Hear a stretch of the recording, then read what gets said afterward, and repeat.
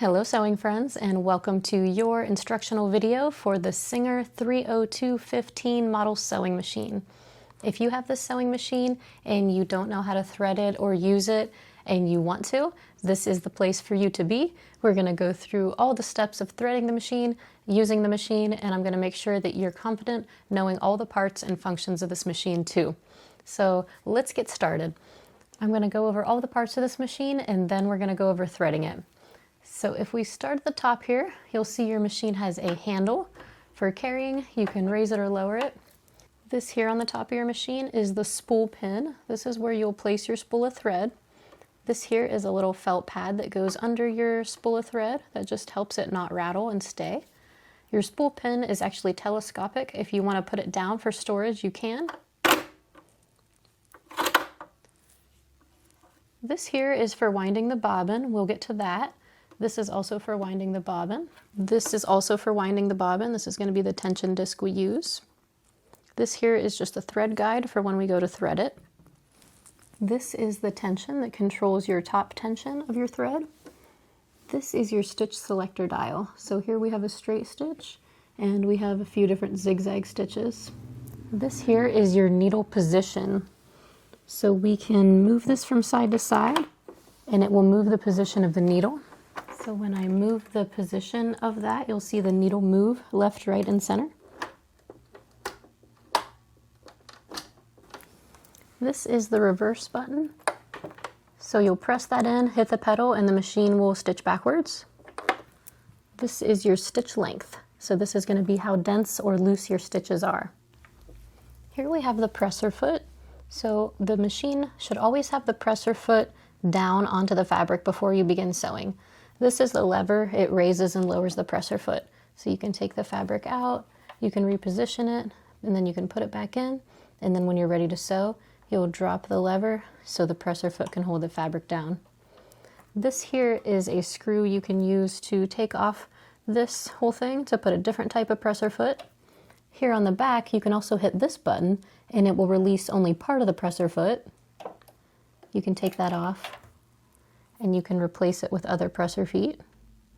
And then to put it back on, there's a little bar here and you line that up with the little divot in the presser foot and then you lower it down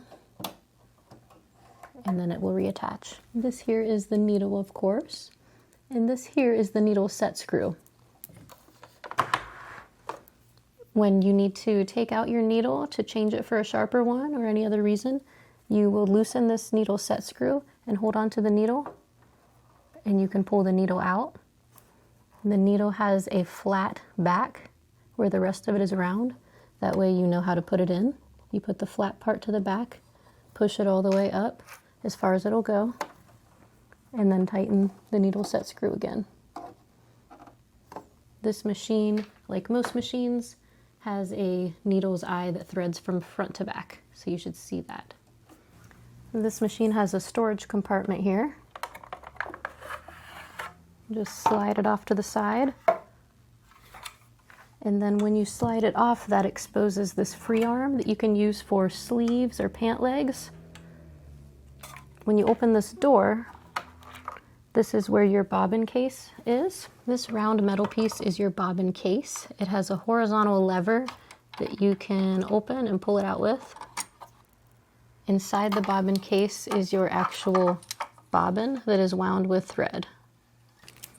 There may be times that you need to clean inside of here, or there may be thread tangled up, or something might happen that you need to take this apart. So this is where our bobbin case was. So after you take your bobbin case out, you can take these two black levers and move them to the outside, and that's going to allow this piece to come out and this piece. So we have a round piece and we have what I like to think of as a half moon piece.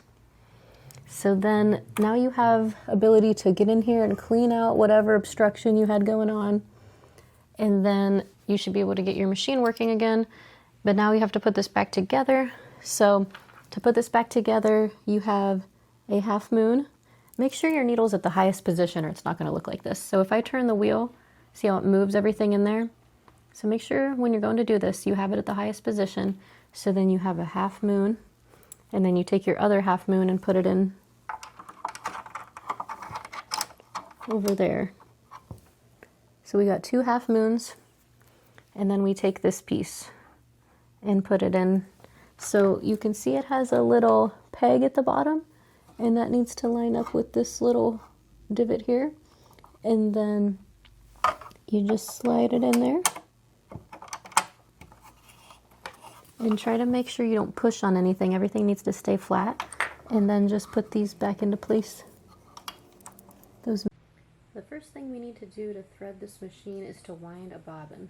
So we need to take whatever color thread you want to use and place it on the spool pin here.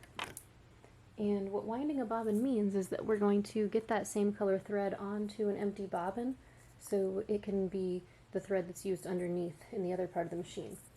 So we're going to come over here to our bobbin winding tension disc and just look at this little picture here that tells us what way they want us to thread it.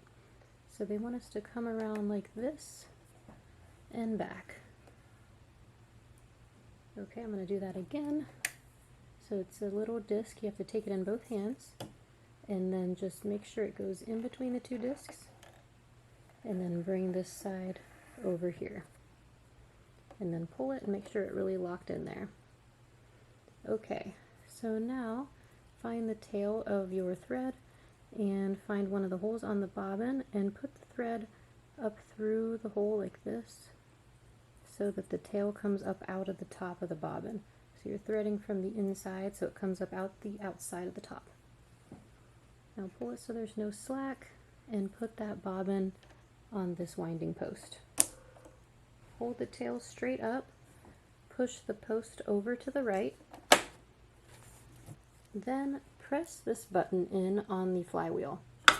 Now I'm going to hold the tail up and hit the pedal.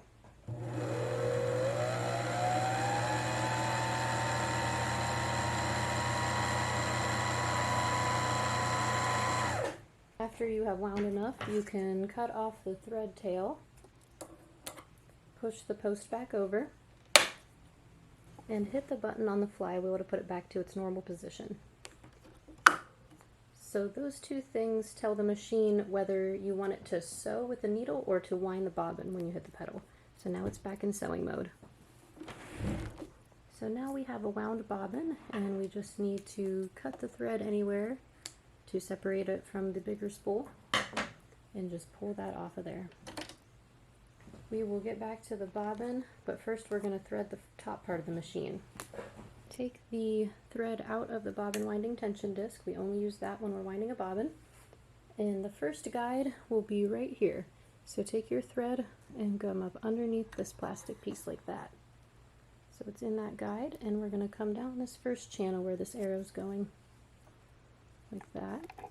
Before we go any further in threading the machine, we need to see that the take-up lever, this silver piece, is in its highest position. It's not like down here. So take the flywheel on the side of your machine and turn it towards you until you find that that take-up lever is at the highest position. Once it's there, you're ready to keep threading. So we'll bring the thread down this first channel, and it's going to come down, and then it's going to come around this bottom plastic and come back up. Then see the arrow here that goes like this? So then it's going to go around that take-up lever like that. See how the thread actually went in that little hole? Next, the thread will come down this channel. And now we will just bring it through this little wire guide here. So you'll just come in like this, so it just comes straight through that little loop-de-loop. And finally, we're going to thread the eye of the needle from front to back.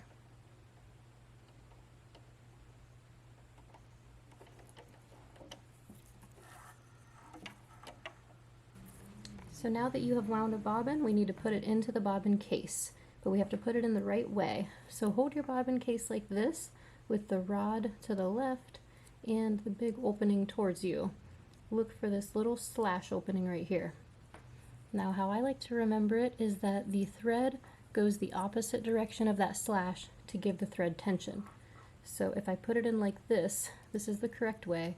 See, the thread is going up over the bobbin away from me, whereas that slash is coming towards me. So you don't want it to be this way, where the thread is coming towards you, the same direction as the slash. You flip it over so the thread's going away from you. So put it in the bobbin case like that, and then pull the thread through that little slash opening like that, and then keep pulling on it. And you might have to like hold onto the bobbin so it doesn't keep spinning, and pull it, and it'll kind of click in to that opening, or it'll at least come through that opening. There. And then you can pull on it so it moves freely. Now just hold on to it so it doesn't fall out, and we're going to insert it down here. So see that divot at the top is where this rod goes. So you're just going to put the bobbin case in there, line it up, and press in the middle. You'll hear it click. So there's one final step that we have to do before this machine is ready to sew. See this oval opening underneath the presser foot? We need to get our bobbin thread to come up through that opening, and we're going to use the needle to get it. So all you have to do is hold on to your needle thread with your left hand, then use your right hand to turn the flywheel towards you. That's going to make the needle go down, and when the needle comes back up, it's going to have that loop with it. There's our loop, so we just have to pull that thread out long, and we're ready to go. We'll just put both under the presser foot like that, and they can just go back here. We can close this door and put our compartment back on.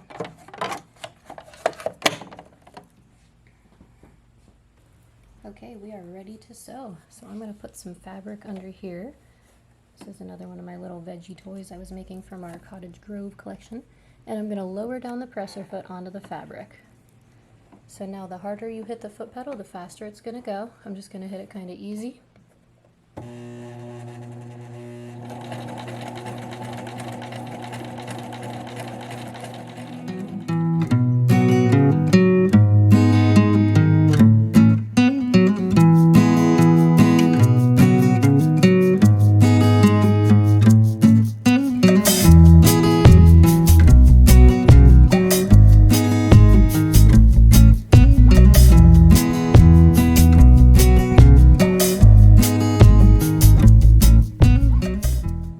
Stitching great. Let's raise the presser foot lever, pull it out of there, and cut it. Okay, you can see the stitches there. It looks perfect. And if we flip it over, it looks good. So this is awesome. This machine is sewing great. Okay, my friends, well, that's about all I have to say on the Singer 30215. That should give you everything you need to know in order to get it threaded and to sew with it. But what if your stitch did not come out looking nice like that? You might not have your tension set properly. So you have a bobbin tension and you have a top tension. If you want to learn more about tension and go into adjusting this and getting your stitch to look good, you can check out my video on the industrial Juki that I have, and I go into a deep dive on tension in that video. So go ahead and click that if you need more information on tension. If you need more information on winding a bobbin properly, if that's not going well, I have a video up here on how to wind a bobbin properly with some of the issues that might be occurring there. Other than that, if you have any other questions or any comments on this machine, I would love to hear them down below. I'll do my best to answer any questions, and I just love to hear your comments. So if you have this machine, I really hope this was helpful for you, and I hope you got it threaded up, and I hope you are now on your way to making something. So as always, thanks for watching. Happy sewing. Please subscribe. Please hit that like. Please check out my website, and I'll see you next week.